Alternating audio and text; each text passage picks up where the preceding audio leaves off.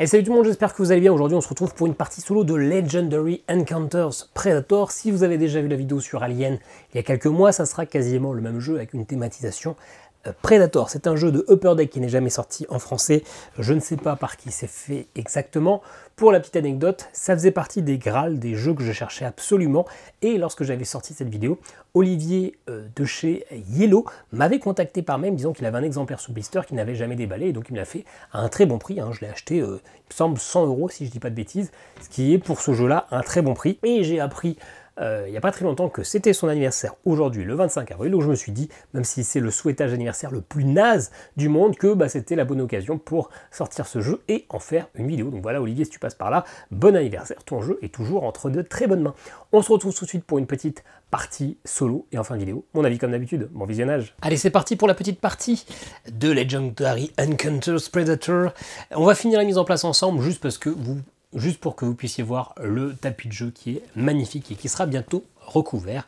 Vous allez voir qu'on va affronter un deck ennemi qui va correspondre finalement aux événements du premier film que l'on va mettre ici avec les différents ennemis que l'on va pouvoir rencontrer. Bien sûr, on aura différents objectifs. Chaque scénario se déroule en 3 objectifs. Le premier, ça va être notamment de trouver le camp de la guérilla et de le vaincre. Il y aura éventuellement, et c'est même sûr, des événements et des choses un petit peu, des dangers qui vont apparaître dans ce lieu. Notamment, on aura pas mal d'ennemis, on aura des attaques, ces ennemis vont pouvoir attaquer. Les attaques sont prises de manière aléatoire dans ce deck. Ce n'est pas l'ennemi qui va nous dire « je te fais 2 dégâts », non, je te fais une blessure, et ça peut être des grosses blessures comme des blessures un peu plus légères. Dans ce jeu, il y a 8 familles de cartes que l'on va pouvoir... C'est déjà ces cartes-là, j'ai pas mélangé? Non, j'ai mélangé les 2 decks. Il y a 8 familles de cartes que l'on va pouvoir récupérer pour deck builder, qui correspondent à 8 personnages, et dans chaque partie, on va tirer 4 de ces 8 personnages. Là, on a pris les personnages qui correspondent au premier film. Alors, il faut savoir que moi, j'y connais strictement rien en Predator, donc on aura en tout cas les cartes de Dillon, de Dutch, de Blaine, de Mac, et on a les 4 qui sont représentés ici. Bien, on aura aussi la possibilité, comme dans pas mal de jeux, de récupérer des cartes Commanders qui sont un petit peu classiques, qui nous rapporteront juste un peu plus d'argent. Et puis on va choisir notre personnage, on a une dizaine de personnages différents, soit tirés du premier, soit du deuxième film. Bon là on va se la jouer totalement aléatoirement, on va pas essayer de... J'ai pas fait gaffe aux propositions. Allez, on va tirer l'officier du SWAT. Qu'est-ce que nous dit cette carte ? Je pense que ça c'est pour le coup un personnage du deuxième film. Cet officier nous dit que j'ai 11 points de vie et 4 points d'armure. Ça c'est valable quand on joue en multijoueur et qu'on va s'attaquer. Pour un mode de jeu plus facile, on peut dire que ça correspond à notre vie totale. Nous on va se la jouer classique, donc 11 points de vie. Si j'ai plus de 11 dégâts, je suis mort. Et puis ça me dit que je commence avec une carte un peu spéciale, Partners in Crime. Donc on va la chercher, chaque deck, chaque avatar a sa carte spéciale.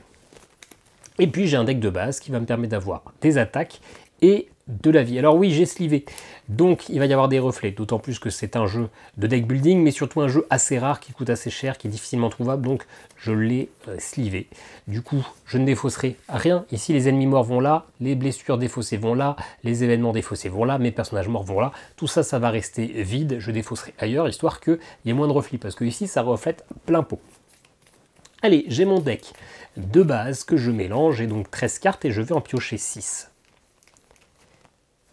C'est clairement un deck building où, à la fin de la manche, tout ce que j'ai en main est défaussé. Donc l'objectif va être de jouer un petit peu plein pot comme un petit bâtard. J'ai des cartes en main, c'est très bien.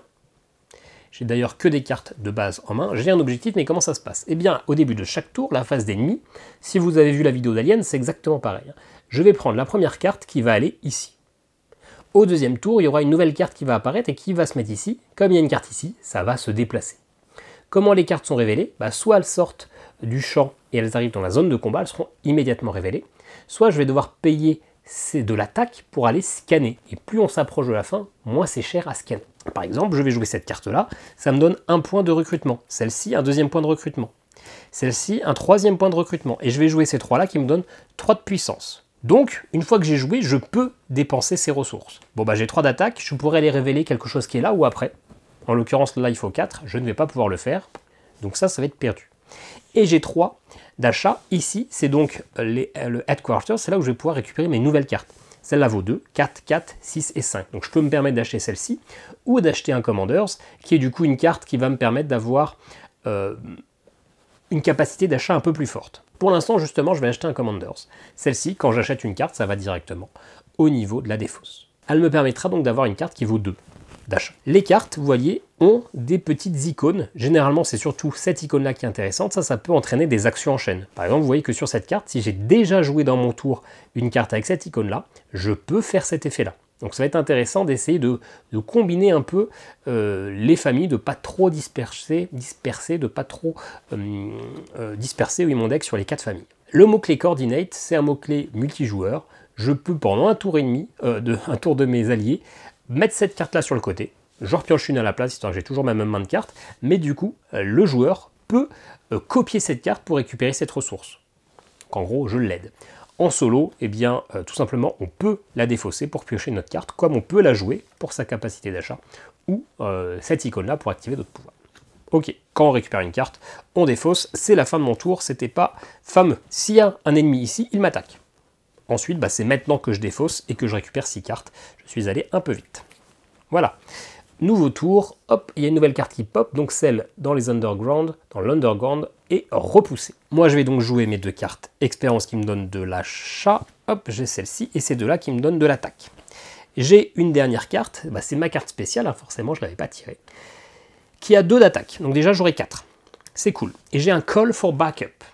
Un Call for Backup, c'est un nouveau mot-clé, je ne crois pas qu'il y avait dans Alien, c'est que quand je joue une carte Coordinate, eh bien j'ai un pouvoir. Et donc à chaque fois que dans le tour, moi ou un de mes collègues va faire du Coordinate, je pourrais activer ce pouvoir. Donc si je joue 3 cartes Coordinate ce tour-ci, bah, j'aurai 3 fois ce pouvoir. Donc je peux gagner un Commander ou un personnage qui coûte 3 de moins, qui coûte 3 ou moins. Donc ça permet d'avoir finalement un achat un peu gratuit en défaussant eh bien, une carte comme ceci. En défaussant, en activant le Coordinate. Ok, c'est pas le pouvoir qui est le plus ok en solo, mais bon, je les tire atomiquement. Et ce qui m'arrange bien, c'est quand même que j'ai cette capacité d'attaque, ce qui n'est pas le cas sur toutes les cartes de deck asymétriques, ça me va. J'ai 4, je vais les révéler ici. Ça coûte 4. C'est Valverde Guerilla. Il y a un effet, si je le tue, et qu'il y a le Guerilla Camp, le camp Guerilla, bon, pour l'instant, il n'y a pas, et surtout, il n'est pas mort, et je vois qu'il a 3 points de vie. Il ne m'attaquera que quand il sera dans la combat zone, dans la zone de combat. Pour l'instant, il ne m'attaque pas. Mais par contre, moi, si je le tue, je dois lui faire 3 dégâts. Donc personne ne m'attaque, j'ai défaussé, je reprends une carte, il m'en faut 6, donc je défausse. Je remélange ma pioche. C'est du deck building très classique, hein, vous l'avez vu. Ce qui est intéressant, c'est plutôt la mise en scène, ce qu'on vit pendant une partie. Ok, alors, de l'achat, de l'attaque, et donc, là, vous voyez, j'ai un Call for Backup.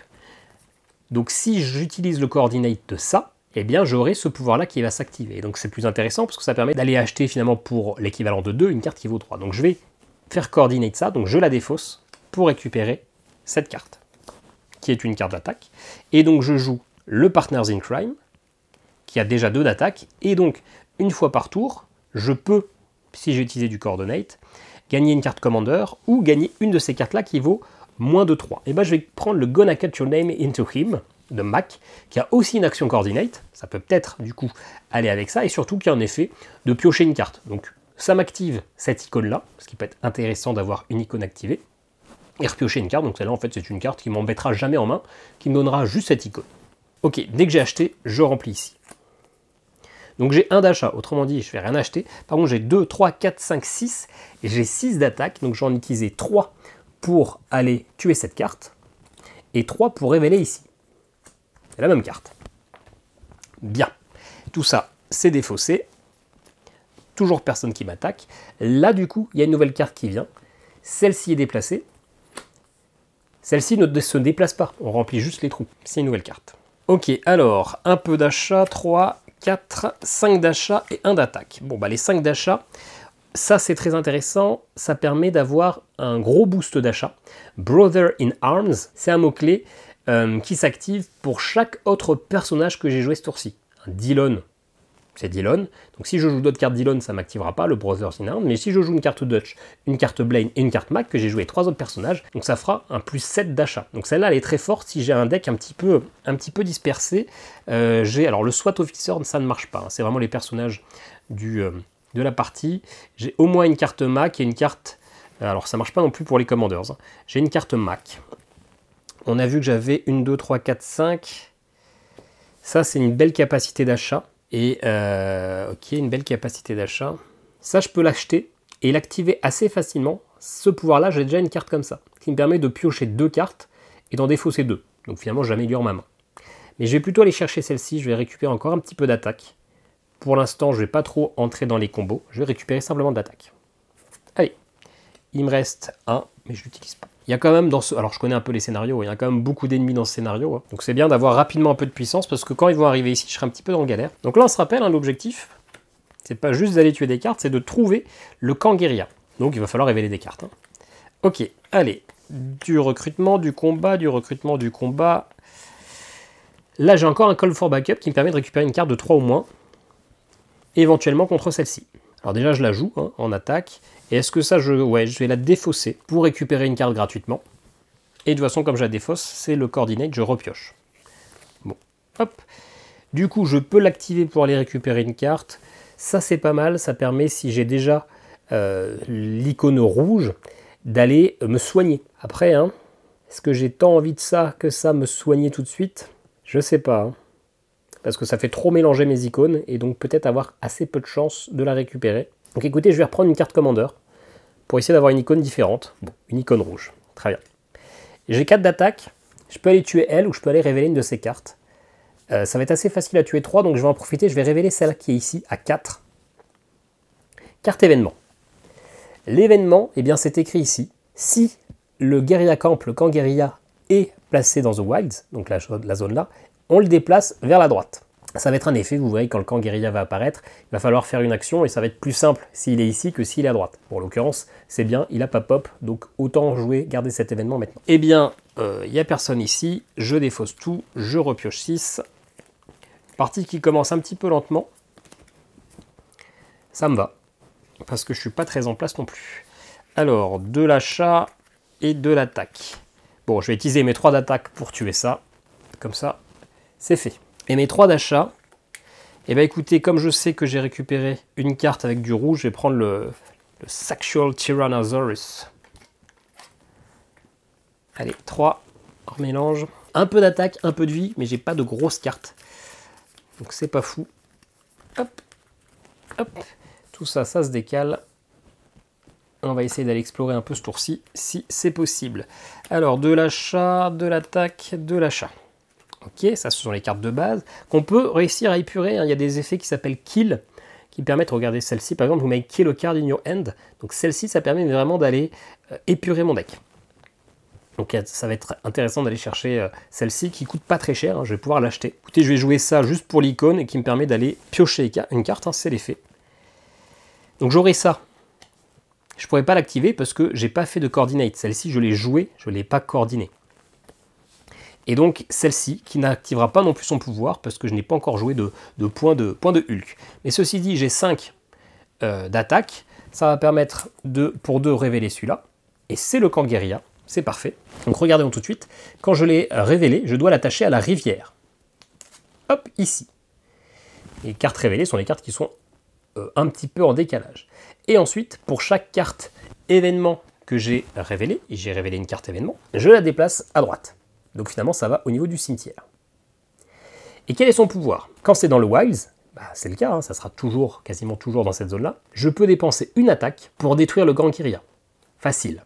Sauf que, pour pouvoir le faire, il faut que l'endroit soit vide. Donc il faut d'abord que je me sois débarrassé de cet endroit-là. Donc forcément, c'est plus facile de le faire ici, quand ça coûte 2 de révéler, puis après l'attaque, que quand c'est ici que ça coûte 4.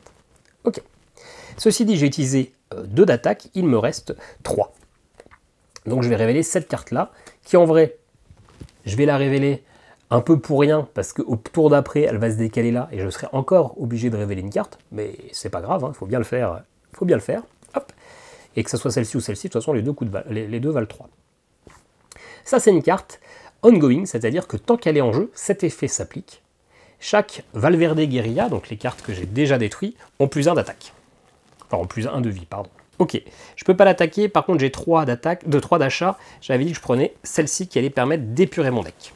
Tout ça, ça se déplace, sauf le Guerilla Camp, hein, il reste au même endroit. vous voyez que je vais devoir révéler cette carte-là et réussir à l'affronter, donc ça va prendre un peu de temps. Alors, j'ai par contre 3 d'attaque ici déjà. 1 de puissance, et alors j'ai ça. Le tyrannosaure qui a 2 d'achat. Et ce tour-ci, si je joue une carte avec cette icône-là, eh bien je peux finalement me heal mon dernier dommage. Le dernier que j'ai reçu, mon dernier dégât. En l'occurrence, ça s'activerait parfaitement avec cette carte-là, mais j'ai pas du tout besoin de le faire, puisque j'ai pas besoin de me soigner. Donc soit celle-là, je la vire pour repiocher une carte, soit je la joue pour la capacité d'achat, ça me ferait une capacité d'achat de 5.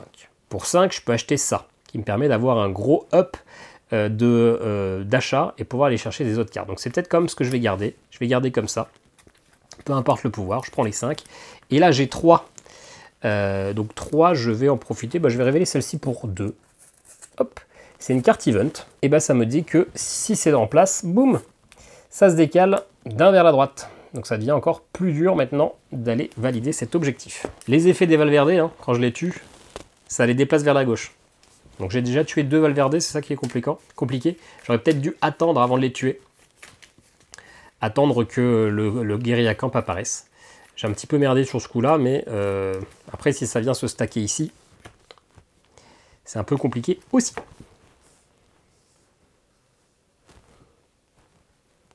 Surtout que pour l'instant, j'ai que mes cartes de départ qui sont pas folles. Donc là, j'ai 6 d'achat, j'ai pas révélé ici, révélé, pardon.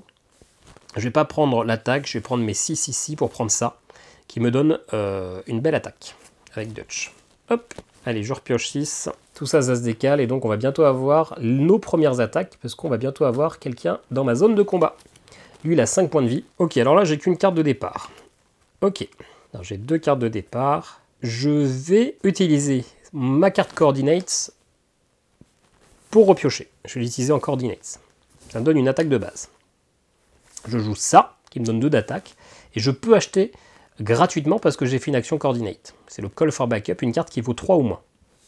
Et je vais prendre celle-ci. Elle vaut 3. Elle a 2 d'attaque, et elle permet de réduire la vie des ennemis qui sont ici. Ça, je le fais grâce à ça.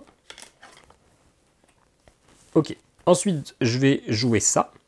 Before anybody knows we were there. Et enfin, celle-ci, qui va pouvoir s'activer, parce que j'ai déjà joué une carte verte, qui me dit que je peux switch 2 cartes. Ce qui est très intéressant, parce que regardez, hop, et hop, alors c'est intéressant, mais c'est pas si fou, mais je peux les switcher. L'avantage de faire ça, c'est nul. L'avantage de faire ça, c'est que c'est nul. C'est que là, j'ai 5 d'attaque, donc je peux le tuer, puisqu'il a 5 points de vie. Mais en vrai, c'est pas fou, parce que pour valider ça, il me manque encore un dégât. Donc il me manque un dégât que je n'ai pas, donc je ne peux pas valider cet objectif, c'est dommage. Par contre, ici, j'ai 1, 2, 3, plus le Brother in Arms, pour chaque personnage différent de Dillon, et j'ai joué Mac, et j'ai plus 2 d'achat. Donc finalement, j'ai 3, 4, 5. J'ai 5 d'achat. Celle-ci me permet de heal, c'est pas mal. Celle-ci permet d'aller regarder une carte, et après, je décide si je la révèle. Et c'est gratis, j'ai pas besoin de payer. Par contre, j'ai pas trop d'icônes comme ça pour le moment, mais elle est franchement chouette quand même. Ça permet de révéler gratuitement. Pratique pour cet objectif. Donc je vais la prendre quand même. Hop. Ça fait une parmi beaucoup de cartes, mais on fait comme on peut. Allez, ici ça réapparaît. Le problème, c'est que si on traîne trop sur les cartes du premier tiers du deck, on va apparaître sur les cartes du deuxième, puis voir apparaître les Predators, qui vont rendre les choses un peu compliquées. Allez, 3 d'attaque. Ça qui va me permettre de potentiellement épurer ma main. Alors du coup, peut-être que je ne vais pas tout de suite jouer cette carte. Ouais, je vais garder une simple blessure en main pour l'instant. Je vais jouer ça qui me permet d'aller repiocher notre carte. Ok, donc si je joue cette blessure, hop, je joue cette carte-là, qui ne s'activera pas parce que j'ai pas l'icône. Ensuite, je joue ça. J'ai déjà joué une icône classique, donc ça dit que je peux tuer une carte dans ma main. Je vais tuer celle-là, la carte expérience, qui me rajoute juste 1 d'achat. Hop là. J'ai donc 2 d'achat, je pourrais acheter celle-ci. Entre guillemets, ça vaut le coup, c'est toujours 2 pour une carte sans effet, mais qui me permet de repiocher. Donc finalement, c'est une carte qui m'active encore cette icône. Je l'ai déjà, mais c'est tout jamais. Par contre, j'ai 2, 3, 4, 5.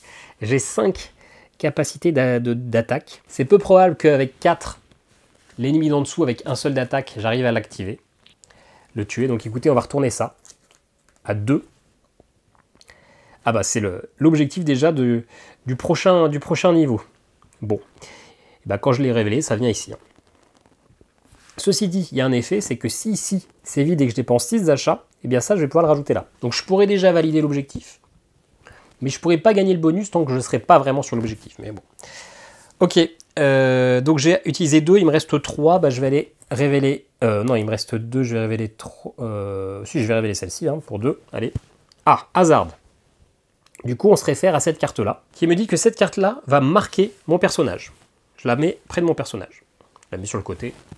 Empathique, on y reviendra. Et il va y avoir des effets qui interagissent avec le nombre de fois, avec les personnages qui sont marqués, le nombre de fois où je suis marqué. Et puis un effet supplémentaire, je prends l'ennemi ou la carte cachée la plus à gauche et elle vient en zone de combat. Ah, la guérilla. Ok, bon, bah moi c'est la fin de mon tour, il y a un ennemi en zone de combat, il m'attaque, donc je vais piocher la première blessure, j'ai 1 dégât. Ça peut aller jusqu'à 5 comme ça peut être 0. Donc j'ai déjà pris un premier dégât sur mes 11 points de vie. On défausse, la pioche est vide. Donc on va pouvoir repiocher 6. Et là, l'avantage de ça, c'est que quand je vais le tuer, le camp guérilla va retourner vers la gauche, donc ça sera plus facile de s'en débarrasser. Allez, il faut qu'on y arrive. Hein. Et on galère à passer le premier objectif. Hop, hop, et hop.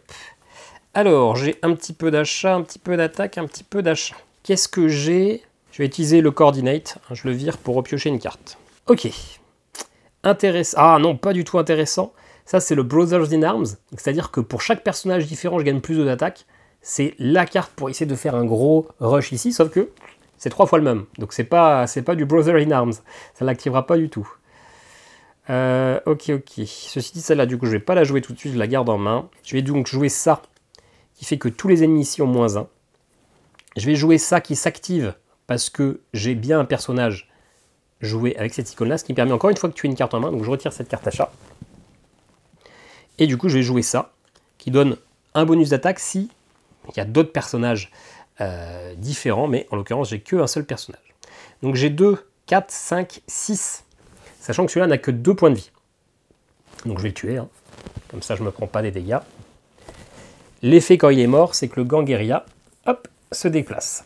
Il me reste 4, donc je vais quand même révéler ça. Non, je vais révéler celle-ci, la 4, parce qu'au prochain tour, elle ira ici. Ça veut dire que ça sera plus facile à affronter. On commence à arriver sur nos premiers Predators. Il a 8 points de vie, mais pour chaque type différent que j'ai joué pendant mon tour, il réduit sa force de 2. Donc là, par exemple, il n'a plus que 2 points de vie. Si j'avais joué les 4 types, 4 types différents sur les 5, il était mort direct. Mais c'est pas le cas. Ok, il n'y a plus personne dans ma zone de combat, donc c'est bon, je ne prends pas de dégâts. Et on va peut-être réussir à progresser sur ce premier objectif, il est temps. Vous voyez, là la carte elle est déjà révélée au moment où ça arrive sur le camp guerrier. Et j'ai 3 types différents, donc je vais pouvoir jouer avec seulement 2 points d'attaque pour lui, c'est parfait. Un point là, un point là. Je vais jouer mon Partners, mon attaque de base, qui prend ça. Du coup ça je vais le jouer en Coordinate, qui permet d'aller repiocher, et je gagne la possibilité d'acheter une carte qui vaut 3 ou moins. On le garde en tête, on le garde en tête, ça du coup je le garde comme ça. Le Dillons là, je le pose, j'ai déjà joué une icône bleue, donc je peux aller regarder une carte sans la révéler, donc je la regarde juste, ok. Et du coup je peux décider si je la scanne ou pas, bah oui ok, je la laisse scanner, pas de souci. Elle va pas me déranger, c'est un scan gratis, c'est franchement ultra opti. Et puis je vais jouer ça qui me redonne encore une capacité d'achat, Brother in Arms, c'est pour les autres types. Donc Dillon, ah bah j'ai encore une fois, c'est que j'ai que Dillon, donc ça me donnera pas de bonus. Tant pis. Donc j'ai 3 d'attaque quand même. Sachant que j'ai joué 1, 2, 3 types différents. Donc lui il a que 2 points de vie. Donc je peux le tuer. Hop. Et il me reste du coup 1 point d'attaque. Eh bien je peux l'utiliser. Il est tué. Donc j'ai vaincu le camp guérilla. J'ai validé du coup le premier objectif. Hop, on passe à l'objectif 2 qui me dit de devoir installer les positions défensives. On revient ici, il faut 6 d'achat et que les heals soient vides. Donc là, c'est parfait, c'est pile le bon moment. Je vais pouvoir valider les 2 objectifs le même tour, puisque j'ai 2, 3, 4, 5, 6. Donc je défausse les 6. Ici, c'est bien vide. Et donc je l'attache ici. Ah ouais, non. Il faut les défausser de ma main. Donc si je fais ça, ah ouais, non, je ne l'active pas ce tour-ci, parce que si je défausse de ma main, en réalité, du coup, Je n'ai pas joué les icônes pour activer le truc. Hein. Elles sont jouées, elles sont pas de ma main. J'avais pas fait gaffe. Hop. Donc du coup, j'ai 6 d'achat. 6 d'achat, je vais prendre ça, hein, qui me permet de faire un beau heal. Et j'avais une possibilité avec ça d'acheter une carte qui vaut 3 ou moins. Mais non, je vais pas trop l'utiliser, c'est pas le moment. Ok. Allez, je repioche 6. Ça, du coup, ça va avancer. Là, c'est le moment. Il faut vraiment que j'essaie de faire cet objectif-là, parce qu'ici, c'est toujours vide. Il faut que j'efface des cartes qui ont jusqu'à 6. Pour l'instant, j'ai que 4. Ça, je peux la jouer, parce que dans tous les cas, ça n'interviendra pas. Ouais, et j'ai pas la possibilité d'aller... Ouais, c'est pas grave. Allez, je joue ça. Ça peut pas s'activer parce que j'ai pas de points verts, mais j'ai 4. Je vais jouer ça juste avant. J'ai 4, lui il a 8, sauf qu'on se rappelle, c'est -2 pour différentes classes. J'ai 2 classes différentes, donc ça fait que je peux lui faire 4 dégâts parce qu'il a que 4 points de vie. Et puis je joue ces cartes-là. Peu importe, j'ai 4. Non, je n'achète rien. On va arrêter de noyer mon deck. Ok, une carte, 2 cartes. Bon, je m'en sors pas mal parce que du coup, encore une fois, j'ai un tour où la montagne, la colline est vide. Je peux essayer de valider ce tour-ci. Le truc, c'est que je me suis concentré pas mal sur ma capacité d'attaque, mais pas trop sur ma capacité d'achat. Hein. Allez, 1, 2, 3, 4, 6. Parfait. Je vais pas réfléchir, je vais défausser ces cartes de ma main qui ont une valeur de 6 d'achat. Hop. Ce qui fait que c'est le pouvoir. Je peux l'attacher et j'ai validé le deuxième objectif. Voilà, on progresse. Dernier objectif, il faut survivre par un moyen ou un autre. C'est-à-dire que globalement, je gagne de 2 façons, soit si je valide cet objectif. Alors comment survivre? On verra bien. Il y a peut-être des cartes qui vont nous aider pour ça. Ou alors en réussissant à vaincre le Predator. Il me reste ces 2 cartes-là.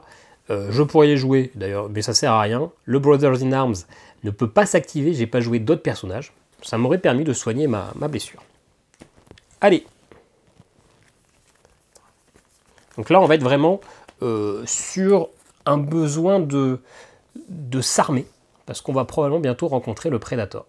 Donc il faut des grosses attaques. On n'a plus besoin vraiment d'améliorer notre capacité d'achat, faire des gros achats, mais pas des petits achats. Il faut faire des gros achats, une fois de temps en temps.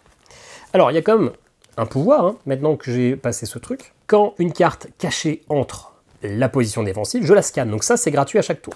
Hop. Et j'ai un nouveau un Valverde, qui est une carte du premier tiers, normalement, alors que je suis dans les cartes du deuxième tiers. Oui, c'est normal, parce que j'avais révélé plein de cartes avant. Oui, c'est normal, ok. J'ai cru que j'avais mal mélangé, mais tout est bon. Ok, alors, un petit peu d'attaque, un petit peu d'attaque, un petit peu d'achat, un petit peu d'attaque. Ok. Ça, je pourrais pas l'activer, parce qu'il n'y a pas de Brother in Arms, et ça, ok. Bon, écoutez, pour 3, je tue ça. Il me reste 2. Je vais scanner pour le LOL, mais ça sert à rien, parce que dans tous les cas, ça sera scanné au prochain tour. Ceci dit, un effet révélé. Chaque joueur qui sont marqués, et moi je suis marqué, j'ai une carte hasard, eh bien je dois regarder les 3 premières cartes de mon deck, et je dois défausser toutes celles qui ne valent pas 0. C'est ça, hein? Non, qui ne valent pas 1 ou moins. 0, 2, 3, donc je défausse les 2 autres. Malheureusement, donc je perds des belles cartes. C'est quoi? Knock, knock, knock. Ouais, celle qui réduit. Bon, ça va. Allez, je repioche 6. Ça va ici. Hop. Donc on est bien. On n'a pas pris beaucoup de blessures. On est à l'objectif 3. On a traîné un petit peu au départ, mais ça se passe bien. Alors, une blessure, une attaque de base. Ceci dit, ça, je vais sûrement retirer cette attaque de base-là. Je vais la garder en main. Je vais jouer ça, mon Commanders, qui m'active l'icône d'intelligence.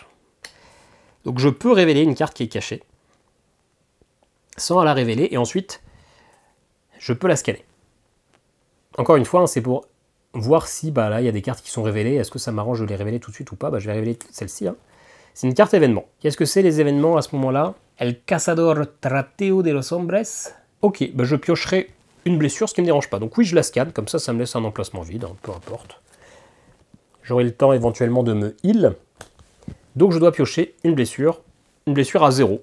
Parfait, je la défausse. Ça va ici, mais pour éviter les reflets. Ok.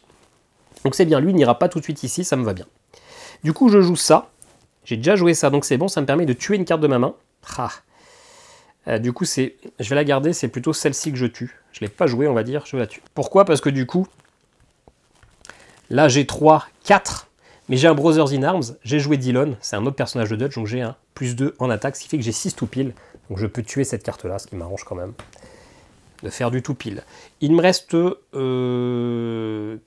4 d'achat. Celle-là, elle est pas mal. Elle me permet d'aller piocher 2 cartes et d'en défausser 2, donc finalement d'améliorer ma main, mais c'est des icônes bleues. Je crois pas en avoir beaucoup des bleus. Si, quand même, si, j'ai pas mal de cartes bleues, oui, donc je la prends.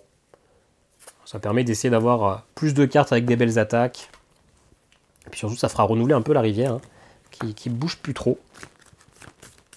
Ok, allez, ça avance, c'est révélé parce que ça va ici.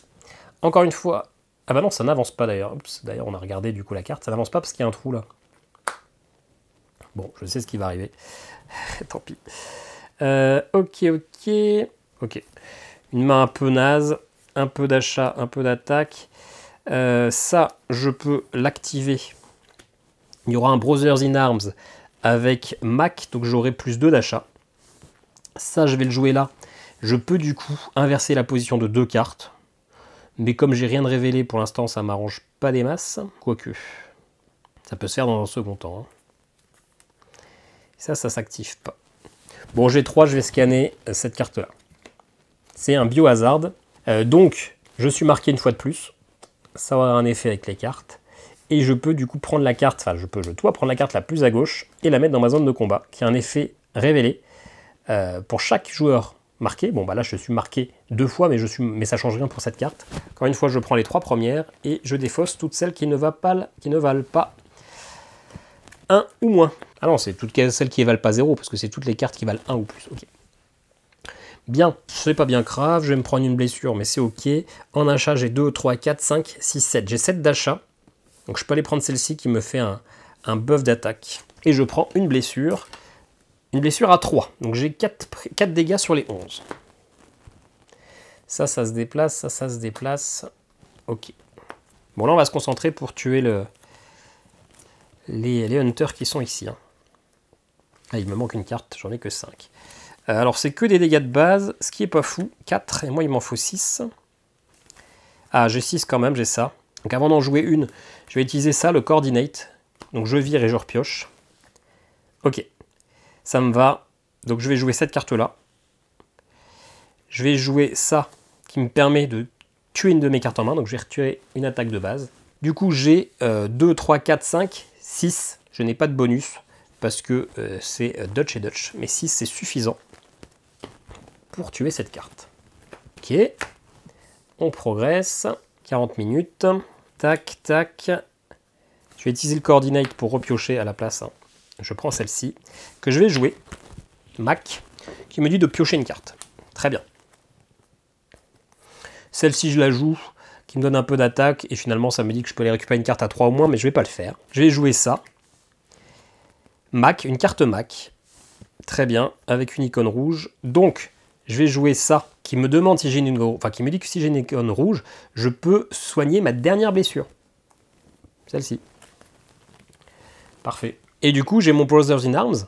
Je peux l'activer au moins une fois, parce que j'ai un autre personnage qui me dit que je peux soigner une blessure. Donc voilà, je suis à nouveau full life. Et je joue Dutch, qui me dit que les personnages ont moins 1 d'attaque, mais ça devrait pas, je devrais pas les utiliser. Donc là, j'ai 6. Je vais révéler ça à 2. Il me reste 4. Ah, d'ailleurs, c'était bête, parce que ça va aller là, mais bon, tant pis. Ok, il y a 7 d'attaque, je ne vais pas pouvoir le tuer. Il me reste du coup 4, je vais aller révéler ça. Qui est pas fou, parce que tant que c'est ici, au début de la phase des strikes, eh bien, les joueurs marqués se prennent une blessure. Donc tant que ça c'est activé, c'est ici, je vais me prendre une blessure tous les tours. Ce canon-là me tue, enfin m'attaque, me cible. Et ça, quand c'est dans la zone de combat, les cartes qui sont des close calls à 0, bah finalement, je dois repiocher. Donc je prends toujours des dégâts. Ok, j'ai 4. Je vais reprendre un peu d'attaque. C'est pas des grosses cartes. Un peu chiant, mais allez, je remélange. Je préfère avoir 6 cartes à 2, ce qui me fait 12 dégâts, que des cartes un peu nazes. Je préfère noyer en tout cas mes capacités d'achat dans des cartes d'attaque, rester comme ça. 3, 6. Allez, ça se déplace, c'est déjà révélé. J'adore hein, le design de cette carte, style comics et tout, je trouve ça fou. Alors pardon, je me prends mon dégât parce qu'elle, elle était dedans. Hop. Donc 2 dégâts. Donc ça, il faut que je tue en priorité, sachant que par contre ici, je prendrai des dégâts. Alors, je peux jouer ça. Le Brothers in Arms, il s'active quand je veux dans le tour. Je vais jouer celle-là en premier, qui me dit que je peux switcher. Ah non, pas pour l'instant. Celle-ci, pardon. Hop là. Je vais les jouer comme ça, comme là j'ai un peu de place. Je joue d'abord celle-ci. Hop, Brothers in Arms, on verra à la fin combien j'ai de bonus d'achat. Je active, ce qui fait que je peux switcher. Donc écoutez, je vais plutôt switcher ces deux-là. Même pas. Même pas. Celle-là, je vais la laisser là. Mais je vais switcher ces deux-là. Comme ça, celle qui est là, qui est un petit peu compliquée à vaincre, elle va loin. Et ça, du coup, c'est déplacé ici. Mais comme une carte, quand elle est déplacée ici, elle est révélée, eh bien, je révèle tout de suite. Bon, c'est un event. Donc, je prends une strike pour chaque marquage. J'ai 2 marquages, donc je prends 2 blessures. Ok, 1-0. Mais celle-ci, elle n'est pas ici, hein, donc je la prends bien, la 0. Parfait, et 1. Donc j'ai 3 dégâts. Voilà, j'ai pas mal de cartes révélées. C'est pas mal. Je vais en profiter, je vais jouer ça. Donc, commandons. Juste pour activer ce bonus-là qui dit que je peux révéler une autre carte. Ok, je la laisse. Je la regarde. Et ensuite, je vois si je la révèle. Ok. Ça, du coup, pour chaque personnage différent. D'ailleurs, je vais jouer d'abord celle-ci. Hop là.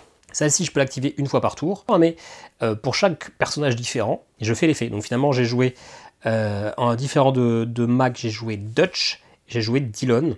Donc je peux l'activer 2 fois, je peux soigner 2 blessures. Hop, nouveau, full vie. Ok, ça du coup c'est pareil, c'est le Brothers in Arms pour l'argent. Donc c'est Dillon, j'ai joué Mac et Dutch, donc j'ai 5, 6, 7, 8, j'ai 10 d'achat. On retient 10. Et là du coup j'ai 4, 5, 6, 7, 8, 9. J'ai 9 d'attaque et 10 d'achat. 9 d'attaque et 10 d'achat, sachant que lui du coup j'ai joué 1, 2, 3, 4, donc lui il a que 2 de filles finalement. Donc, je le tue, il me reste 7 d'attaque et je tue ça. Parfait. C'est tout pile. Et pour mon 10, je vais acheter celle-ci qui est pourrie, mais ça me laisse 8 d'achat en espérant avoir une meilleure carte. À 7, bah parfait, je le prends celle-là à 7, c'est nickel. Celle-là, hein, elle a que 2 d'attaque, mais je vais piocher 2 cartes de blessure et je vais prendre l'attaque qu'il y a sur la blessure. Donc si c'est des 0, je suis dans le mal, mais si c'est celle à 5 et celle à 3, je suis à 10 d'attaque. Elle est assez pétée. Et en plus d'avoir ce petit côté fun de ne pas savoir ce qu'on va avoir. Ceci dit, j'ai pas tué cette carte, donc je me reprends une blessure. Ok, je peux pas soigner mes blessures, à part celle-ci. Bon, pour l'instant, j'ai pas d'autres blessures. C'est pas dérangeant. Hop. Et hop, bon, pas mal. Un petit peu de ça, un petit peu de ça. Je vais utiliser le coordinate pour repiocher, hein, je le vire. Ok, je joue ça, qui me dit que je peux repiocher une carte. Ça, c'est ma carte classique, mais que je ne vais pas activer. Je ne vais pas essayer de récupérer d'autres cartes. Je vais jouer ça. J'ai déjà joué du bleu, donc je peux piocher 2 cartes. Et ensuite, j'en défausse 2. Donc j'aurais mieux fait de ne pas jouer celle-ci. Je vais défausser les 2 que j'ai piochés, hein, pour le coup. Ça, les ennemis ici ont -1. Et ça, alors, c'est du Dutch, Blaine et Mac. Donc j'ai 2 personnages supplémentaires, donc il a 4 d'attaque, 4, 5, 6, 7, 8, 9, 10. 10, je vais utiliser 5 pour ça, je vais utiliser 4 pour ça. Et du coup il me restera 1 qui sera perdu. Alors, Nothing on Earth, il a 6 points de vie. Quand je le tue, pour chaque marqueur que j'ai, je tue 2 cartes que je possède, donc jouées ou dans ma main, qui valent 1 ou plus. Donc c'est bien pour tuer des cartes un peu faibles que j'ai achetées en début de partie, mais c'est moins bien pour tuer des grosses cartes que j'ai achetées en fin de partie. Donc ça dépend, il faut voir le tour où on le tue, quelles sont les cartes que j'ai en main. Allez, ça avance. Ceci dit, on est bien dans la partie 3 de l'objectif, donc on va peut-être trouver le Predator ou quoi. Ok, là notamment, si je le tue, je pourrais pas dans tous les cas. Alors je vais jouer ça. Ensuite ça qui me dit que si j'ai déjà joué une carte verte, je peux tuer une carte dans ma main. Je vais tuer une carte d'achat. Les restes, je vais les jouer. Hop, donc ça je l'active pas. J'ai 4 d'attaque. Qui va me faire que je vais révéler ça. Ah! Ça y est, c'est le final enemy. One Ugly Mother. Le Predator. Alors, il a plein d'effets. Il a double strike, c'est-à-dire que s'il est ici, il me lance 2 attaques. Il a ongoing, il a un pouvoir permanent. Si je dois tuer cet ennemi, alors que je suis marqué, oh c'est chaud, je retire un de mes marquages. Donc en gros, je vais le tuer 3 fois, voire 4 fois. Ouais, compliqué en solo. Hein. Bon, ouais, je le sais déjà, mais c'est pas grave. Et le runner, Je revérifie pour pas dire de bêtises. Normalement, c'est qu'il se déplace toujours d'une case, même s'il n'est pas poussé. Oh, j'ai pas besoin de vérifier, c'est ça. C'est qu'il va pousser et après, il va repousser encore tout le monde, quoi. Il va activer le truc. Ok, j'ai 3 d'achat, mais bas les couilles. Ok, 1. Il faut juste ne pas récupérer la dernière carte hasard, en espérant qu'elle soit bien placée dans le deck, parce que sinon, ça leur donne 10 points de vie. Allez, 3. Hop. Donc déjà, on joue une nouvelle carte. Et ensuite, ça s'active, donc ça déplace tout. Hop, et hop. Et ça, du coup, c'est révélé, c'est une carte événement. Les événements, c'est quoi déjà? Je prends une blessure pour chaque carte marquage que j'ai. Donc j'ai 2 + 1, when you die, kill each other player. Ouais, bon, c'est pas dérangeant. En multijoueur, quand un personnage est mort, les autres restent en vie. Là, quand un est mort, tout le monde meurt. Bon, bah moi, de toute façon, comme je suis tout seul, hop, ça ne me dérange pas. On se rappelle qu'il faut que je soigne cette blessure-là avant les autres. Allez, est-ce que je vais pouvoir faire un coup intéressant? Non, ça va pas être fou ce tour-ci. Hop, puis hop, du coup on active ça, qui fait que je peux switcher la position de 2 ennemis, de 2 cartes en tout cas. Bien sûr que j'ai plus d'intérêt à ce qu'elle reste longtemps ici. Mais en même temps, elle va pousser tout le monde. Donc, intéressant, mais pas trop. J'ai 6 d'attaque. Bah écoutez, alors si je tue elle maintenant, je vais devoir me défausser de 2 cartes qui valent 1 ou plus. Allez, pourquoi pas, hein, celle-ci me dérange pas trop de la tuer. Allez, ok, j'ai les 6, je tue celle-là, donc pour chaque marquage, j'en ai 2. Je dois tuer une de mes cartes qui vaut 1 ou plus. Je vais tuer celle-ci qui réduit les ennemis qui sont ici. Hein. C'est que 1 dégât en plus, c'est faisable. Et celle-ci qui permet de piocher 2. Et d'en défausser 2, je l'aurais utilisé qu'une seule fois. Mais au moins, on a tué une carte qui est un peu chiante. Voilà. Allez, nouvelle carte, tac. Et elle, runner, elle pousse tout. Bon. Bon. On va jouer ça, qui a un effet de repiocher. Je vais utiliser mon coordinate pour repiocher. Hein. Je veux espérer avoir de l'attaque. Ok. Je vais jouer celle-ci, qui me dit que je pioche les 2 premières blessures et je l'ajoute à mon attaque. 1 et 4. Oh, c'est pas mal. J'ai 5 de plus en attaque. Donc j'ai 5, 6, 7, 8. J'ai 9 avec ça. J'ai 10 avec ça. Et même peut-être plus. Ça, on verra après le Brother in Arms. Donc j'ai joué Mac, j'ai joué Blaine. Et ben, je vais jouer Dillon. Et ça, je vais le défausser pour repiocher. Hein, c'est le coordinate. Ok. Et ça, je pourrais pas activer le bonus parce que j'ai pas le truc qui va. Mais c'est pas grave. Hop, je joue en achat pur. Donc on regarde mon attaque. J'ai donc 5, 6, 7, 8, 9, 10, plus un bonus pour les autres personnages. Donc j'ai Dillon, ça fait 12. J'ai Mac, ça fait 14. Et j'ai Blaine, ça fait 16. J'ai 16 d'attaque. Donc bien sûr que j'utilise 10 pour le vaincre une première fois, ce qui fait que je ne le tue pas, mais je retire une de mes cartes marquage. Il me reste 6, donc je vais utiliser 2 pour regarder ça. Ce qui fait que tant que c'est en place, je dois payer 2 de plus pour scanner, mais il a 5, il me reste 6, donc bah, je le tue. Parfait. Donc ça, les blessures, je peux les défausser. Hein. Et j'ai 2, 3. 3 plus un bonus d'achat, 4, 5, 6, 7, 8, 9. J'ai 9 d'achat. Ouais, je vais prendre elle qui a 2 d'attaque et qui permet de soigner. Ouais, j'achète ça en plus. Qui permet d'avoir un peu d'attaque et de réduire ici. Ouais, allez. Allez, c'est des cartes. 2 d'attaque, c'est pas fou. Hein.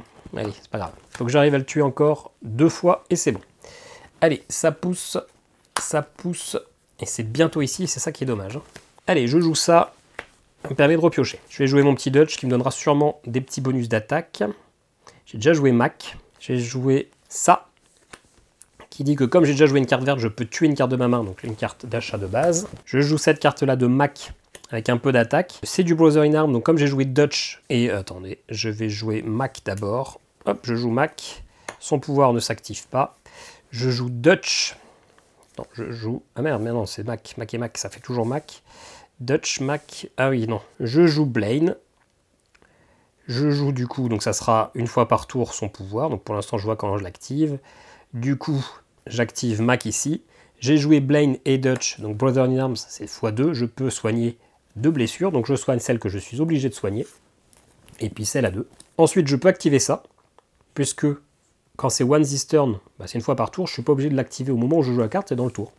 Et bien j'ai bien ça, je peux soigner ma plus faible blessure. Ensuite, ça, je ne pourrais pas l'activer plus, et ça qui me donne de l'attaque en plus. Donc, j'ai déjà 6, 7. 9 parce que j'ai joué Mac, 11 parce que j'ai joué Blaine. Donc j'ai 11, hop, je défausse un hasard. Il me reste, enfin une carte marquage, du coup il lui reste plus que 10 points de vie. J'ai 1 point d'attaque, mais j'en fais pas grand chose. J'ai 2 d'achat, hop, on s'en fiche. Ok, ça se passe pas mal, hein. On peut peut-être gagner au prochain tour. Sachant que pour l'instant, il est toujours pas dans ma zone de combat, mais que même s'il vient dans ma zone de combat, j'ai toute ma vie, hein. J'arrive bien à me heal, donc ça devrait le faire. Hop, et hop. Ok, qu'est-ce qu'on a? Encore une fois, je joue ça, qui me permet de repiocher. Ah, je vais pas avoir beaucoup d'attaques. Je vais jouer mon Coordinate, qui me permet de piocher. Ah, celle-là, qui permet de piocher 2 blessures. Si ça peut être les mêmes blessures que tout à l'heure, du 0. Ah, pas fou. Et du 0, bien. Donc il n'aura pas de bonus d'attaque. Ça, ok. Ça, ok. J'ai 5 d'attaque. Et ça, ensuite, c'est des capacités d'achat. J'aurai 3, 4. Avec un Brother in Arms, 5. 5 d'achat. Rien de fou. Et 5 d'attaque. Bah écoutez, je vais révéler celle-là à 3. Hein. Ah, c'est... Ah! C'est l'objectif, ce qui me permet potentiellement de survivre. Mais c'est une victoire mineure. Si je le tue, c'est une victoire majeure. Donc on va quand même essayer de faire ça. Mais si je suis en mauvaise posture, je pourrais essayer de valider l'objectif 3. Donc ça vient directement ici dans la zone de combat. Je peux dépenser 3 d'argent and try to get the Chopol. Donc essayer d'attraper le Chopa, pardon, pas le Chopol. Donc cet hélicoptère. Et donc tout simplement, je dois piocher autant de blessures qu'il y a d'ennemis ici, dans la zone de combat. Et donc bah, si je suis toujours en vie, eh bien j'arrive à me barrer avec l'hélico. Donc là clairement, si je le fais maintenant, en dépensant 3, hein, et j'ai la blinde de thunes, j'ai rien acheté, bah, j'arrive à me barrer, parce que je pioche 0 blessure et je suis en vie. Mais bon, on est joueur, on va attendre un petit peu, on va quand même essayer de tuer le Predator, on va se prendre la victoire majeure et pas la victoire mineure. Hop, d'ailleurs, il arrive. Ah non, il n'arrive pas. Il n'arrive pas. C'était ça, là? Il n'arrive pas parce que j'ai libéré. Si, il arrive parce qu'il a son runner. Tac, j'ai rien dit. Il a son pouvoir runner, donc il court toujours. Ok, est-ce que j'ai 10 d'attaque? Ouais, ça devrait le faire. On a les petites cartes de base. J'ai 3. Ok, j'ai mes cartes de base ici qui ont un effet Brother in Arms. Je vais jouer Mac, qui va donc pouvoir activer les 2 autres. Une seule fois et une seule fois. Donc j'ai 1, 2, 3, 4, 5, 6, 7, 8, 9, 10, 11. Il a 11, je l'ai tué. J'ai la victoire complète au tour où l'hélicoptère arrive. Donc je peux tuer le Predator et me barrer direct avec l'hélicoptère. Bref, c'est une victoire. On se retrouve tout de suite pour mon avis sur le jeu. Bon bah voilà pour cette partie rondement menée. Si vous aviez déjà vu ma vidéo sur Alien, mon avis reste exactement le même. Il faut savoir que si je dis pas de bêtises, Alien c'est le premier jeu de la gamme Encounters, parce que Legendary existe depuis un peu plus longtemps que ça, notamment Legendary Marvel, et Predator c'est l'épisode d'après. Ça reprend en fait à 98% la même mécanique, le même jeu, c'est surtout une rethématisation avec des personnages, avec les aliens, avec les Predators, etc. Ça marche terriblement bien. Moi déjà, je trouve que c'est un deck building passionnant parce que c'est du coopératif où on va vivre des aventures, on va affronter ce deck ennemi, on ne sait jamais ce qui va en sortir et donc on va aussi revivre les différentes étapes du film. Moi en fait j'ai jamais vu Predator, je m'en bats un peu les steaks, mais j'adore vivre ça. Ça donne vraiment des parties de deck building qui vont être différentes des jeux standards parce que ça va pas être juste la prime à celui qui achète la meilleure carte, ça va vraiment être de l'adaptation au scénario actuel. Ça reste du deck building assez classique, mais on est à fond dans le thème. J'aime ces illustrations, c'est ce que j'avais reproché à X-Files. C'est que c'était pas du dessin, c'était des screenshots qui pour moi étaient un peu vieillots. On voyait très bien que c'était de l'image tirée du DVD et que c'était un peu du 480p, là où je sais même plus combien c'était, 360p. Bref, une qualité un peu de merde. Là, c'est du dessin comics, je suis très content. Je trouve ça magnifique, ça me permet vraiment de m'immerger. Il y a des vraies belles images qui sont en full screen, etc., que je trouve vraiment magnifiques. J'adore. J'adore, mais par contre, le thème, je le ressens moins que finalement Alien. En fait, ce qui était cool dans Alien, c'était on va chercher l'alien, on débusque, on retourne, on va scanner les différents lieux. Là, on a pareil, ok, on cherche le Predator, il est caché dans la jungle. Bon, soit, passons. Mécanique un peu déjà vue, mais ça passe. Mais dans Alien, il y avait ce facehugger qui pouvait débarquer du deck et nous sauter à la tronche, et dans ce cas-là, il fallait rapidement qu'on le tue, sinon on mourait tout simplement. Là, eh bien on n'a pas quelque chose d'aussi thématique, parce que c'est un autre film finalement, avec des autres gimmicks, etc. On a quelques prédateurs qui peuvent se lier à nous-mêmes, mais on n'a pas ce danger constant, on n'a pas cette... parce que les facehuggers, ils faisaient pas partie du deck ennemi, ils faisaient partie de notre deck des cartes qu'on pouvait recruter. Donc des fois on se posait la question de est-ce que c'était toujours aussi rentable de recruter, parce qu'il y a le risque, bam, qu'un facehugger pop. Voilà, du coup, c'est ce qui m'avait vraiment chamboulé, ce que j'avais trouvé énorme, c'était cette crainte. Là, je ressens moins cette crainte, il y a moins ce danger. Après, c'est un jeu que j'aime toujours autant. J'aime l'idée mécanique de deck building simple, le fait d'avoir des chaînages. Si vous avez déjà joué un ennemi de tel type, eh ben, vous pouvez activer tel effet. Et c'est très simple, parce que finalement, c'est juste une icono. La réflexion sur le deck building est suffisamment... et du coup, est un peu pré-mâché, hein. Vous choisissez un peu votre type d'orientation de deck. Il y a quand même quelques mots-clés qui, je crois, n'étaient pas là avant, qui nous forcent à... Alors, ça va plutôt être sur le premier film, ça va nous forcer à avoir des personnages différents dans notre deck. Ça peut être les mêmes icônes, le même type de carte, mais des personnages différents. Et pour le deuxième film, on va plutôt aller faire la part belle à avoir exactement, enfin avoir plusieurs cartes du même personnage que l'on va jouer sur le tour. Alors bien sûr, si vous jouez en mode un petit peu bas les couilles, hein, vous pouvez mélanger les objectifs des deux films, vous pouvez mélanger les personnages, etc. et faire des choses qui ne sont absolument plus thématiques. Donc j'aime bien, ça, c'est un jeu qui est assez familial, hein, dans l'idée, mais coopératif, avec un petit peu de challenge, un petit peu de difficulté. Mais vraiment, voilà, c'est vraiment une question d'immersion, une question de beauté, ce matériel, ce tapis de jeu, etc. C'est forcément un coup de cœur quand on y joue. Après, bah, c'est du 100% revu vis-à-vis de Alien. Aucune nouveauté à part ces deux mots-clés, mais qui ne vont pas révolutionner énormément le genre. La belle nouveauté, c'est que on peut contrôler les gentils, mais on peut aussi... On a la moitié du jeu qui est les decks prédateurs et on va affronter finalement les humains. C'est jouable aussi en solo. Le problème, c'est qu'en solo, comme ce mode-là, c'est pas un mode contre des boss, contre des PNJ, c'est vraiment de l'affrontement. En fait, on va devoir récupérer aussi des cartes, les affronter, mais quand on va les affronter, on va récupérer des points d'honneur. Et donc à la fin, c'est celui qui a le plus de points d'honneur qui gagne. Bah, en solo, tout simplement, ça vous dit qu'il faut essayer de faire le plus de points d'honneur possible. On n'a même pas un barème, donc c'est vraiment faites ce que vous voulez, on s'en fout. Donc finalement, en solo, on va avoir la moitié du jeu qu'on ne pourra pas utiliser, parce que même si c'est cool d'utiliser les prédateurs, même si du coup chaque carte est changée, on va avoir des pièges, on va avoir de l'équipement pour améliorer notre prédateur, bah, si on n'a pas le vrai objectif de fin, si c'est juste pas de ton score, on perd vraiment totalement le fun et l'intérêt du jeu. Et donc ça me dérange un petit peu, parce que quand j'ai lu les règles, je me dis « Ah, c'est vraiment cool, on va pouvoir jouer le Predator », mais en pratique, pas grand intérêt. Voilà, pas grand chose à dire de plus, hein. C'est un jeu finalement qui n'est pas très original, mais qui fonctionne bien et qui a un thème qui plaira ou plaira pas. On est moins immergé dans le thème que dans Alien, mais ça reste quand même diablement efficace, sublimé par des illustrations qui sont vraiment folles. Au niveau du gameplay pur, je dirais que c'est un Zeugma d'argent, mais au niveau de ce qu'il apporte dans sa gamme, bah en fait ça va être un Zeugma de bronze, parce que c'est vraiment purement une redite d'Alien, sans vraie nouveauté au niveau du gameplay. Et donc même si en fait ça marche très bien et que je suis très content d'y jouer, et que je l'avais déjà sorti il y a quelques mois quand je l'avais reçu, etc., bah voilà, il est clairement dispensable. Surtout vu sa rareté et le prix de revente pour la plupart des gens qui spéculent dessus, hein, ça vaut clairement pas le coup. Donc c'est un Zeugma de bronze pour vous dire non, n'y allez pas. Allez plutôt vers Alien, qui lui aussi fait un peu la joie des spéculateurs, mais qui est quand même un poil plus accessible et qui thématiquement est plus fort. Voilà, un Zeugma de bronze un peu méchant, mais pour vous dissuader de faire des bêtises. Sinon le jeu est quand même plus que correct, hein, ça serait plutôt un Zeugma d'argent s'il était seul dans l'univers. Voilà, n'hésitez pas à me dire ce que vous en pensez, est-ce que vous avez déjà joué ou pas, est-ce que ça vous tente quand même ou pas.